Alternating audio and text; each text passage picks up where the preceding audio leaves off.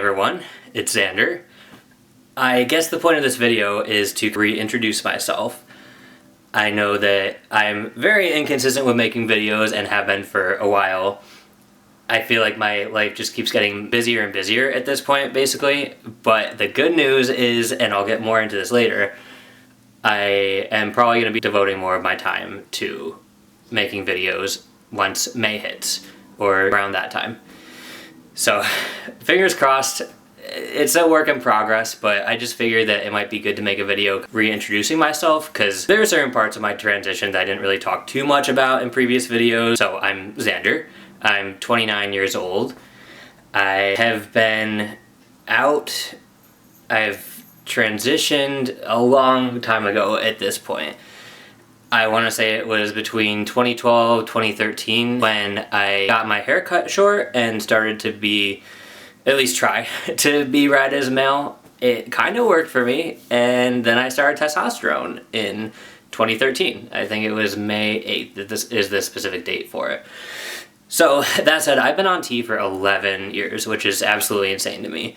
I remember watching videos of trans YouTubers back 10 years ago when they said that they were on T for 5 years, and I was like, holy shit, that's insane to be on T for that long, and here I am double that. So it's really wild to think about that, but that's the reality of it. As far as surgeries, I had top surgery in 2016, I think, so it's been about 8 years since I have had top surgery. And I had a full hysterectomy, but laparoscopic with the robot arms 7 years ago.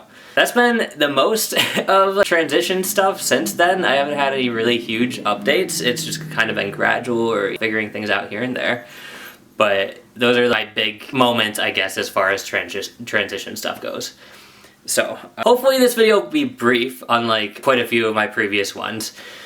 But I just want to go through some information about myself just in general, not necessarily related to trans stuff, just to have you guys get to know me better, I guess, and where I'm at in my life right now. So some people have been confused on some of my videos on the fact that I was born biologically female. I say that I'm trans or a trans guy, and some people basically take that and they're thinking, oh, so you haven't started transitioning yet? You're transitioning to female? No, I was born biologically female. I transitioned to male. So this is it. This is kind of the goal, basically. So just kind of clear that up a little bit. I know that, especially for people not as familiar with the queer community, it can get very, very confusing with all of the terms out there. It's a lot for me, and I'm in the community. So I get it, but biologically female, I know I have an Adam's apple. I've gotten a lot of comments about that on people being really confused. Long story short, technically anyone, doesn't matter what your biological sex is, can have an Adam's apple. There are cisgender women out there who have Adam's apples. I was gonna make a video specifically on this, going into more of the sciencey stuff of it, explaining why that is and how that can happen. So I know I have it. I'm lucky to have an Adam's apple. It's probably less prominent now than it was back in the day when I was making videos more often, because I was very, very skinny at that time, and it was more prominent because I just had less fat around here. So I don't know, sometimes it's prominent, sometimes it's not, but I know that trips people up, and I'm confirming that yes, I do have one, and yes, I was born biologically female. And I had one before I started T. It's been there. So I am married, actually. I have a husband, which is really exciting to say. If anyone has seen my previous videos, the one that is right before this one, where I'm talking to a guy, and that's my husband. So very excited about that. As far as my sexuality, I know I made a video about having sex as a trans guy, which part of me keeps toying with the idea of taking it down just because it is a very personal video, and while I get a lot of good comments on it, there are a lot of bad ones. I know that's bound to happen, but that makes anyone feel not great about themselves, and also because of the nature of it being such a personal video and rather explicit, I consider taking it down. But enough people have been saying that it's really helpful, so I'm keeping it up at least for now. That said, I know that my sexuality has been confusing. I've talked about it multiple times trying to figure it out. I would say it's still a little bit confusing, but if I were to pin down a specific label, I would say I'm demisexual, which when watching the video that I posted about having sex as a trans guy, it makes a lot of sense because I really struggled to sexually connect with people in a way that was good, basically.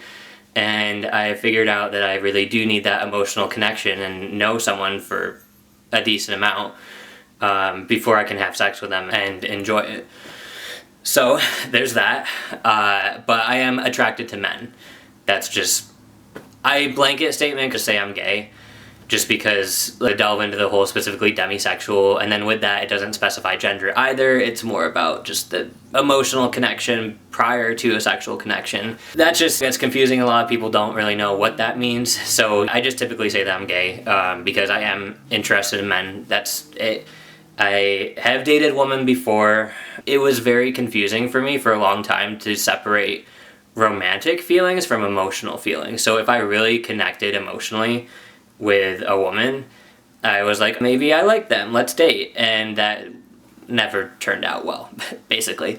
So that's kind of the gist of that. I'm always a firm believer that sexuality can be fluid, and sometimes it changes depending on the stage of your life. And especially for trans people, that can change when you transition.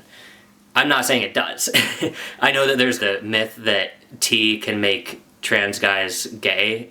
To me, that's probably another video I could delve into more, but I think that that's more so when trans people transition, if they feel more comfortable in their bodies and they can explore their sexuality more, sometimes it turns out it's not what they thought it was, and that's okay. It happens. And for some people, they know their sexuality, they transition, they stay with that same orientation, basically. That's that on sexuality. So right now, I'm in grad school for social work. This is my third year doing it. I've been kind of between part-time and full-time, and that was the thing I said I would talk about later on in the video, where I am graduating in May, and as I said, I've been getting increasingly more busy throughout all of this, but that's because I have to intern, I have my classes. On top of doing that, which is unpaid internship and 18 hours a week, I also have to work because I have to afford bills and stuff like that. So busier and busier, but in good ways, where I'm starting to do some work and interning that is really interesting to me, and I think more so along the path of things that I want to do as a career. That said, when I graduate, I do really want to focus on advocacy for queer people and just getting more information out there. So I really do think that I want to focus more on making videos and getting just some education out there. My channel might veer a little bit more in an educational route. I have delved into a lot of articles, peer-reviewed articles, and they're super fascinating, and I am really into research. So part of me wants to go into some kind of queer-related videos where I can bring up some hard facts and research papers and not talk about it in a boring way, but here's the link to the actual article and let me talk about it and prove certain things about the queer community that have been proven in research. So, possibly, not sure, we'll see what happens. I am currently interning at a hospital, specifically an inclusive health service part of the hospital that's it's doctors, psychiatrists, pharmacists, social workers, a lot of stuff. Everyone is there, and it's meant for people who have HIV and AIDS and for the queer community, which can intersect often, but not always. So, you know, there are people there who have HIV who are straight, or there are queer people who don't have HIV. So it's kind of that population. I'm really enjoying it. It's super cool. And I'm learning a lot about advocacy in the queer community and resources and where there are deficits, because there are a lot of deficits, and that's my goal, is to help with those deficits in one way or another, even if it's a small portion. I just want to help queer people, and that's basically it. I just want to make a video reintroducing myself.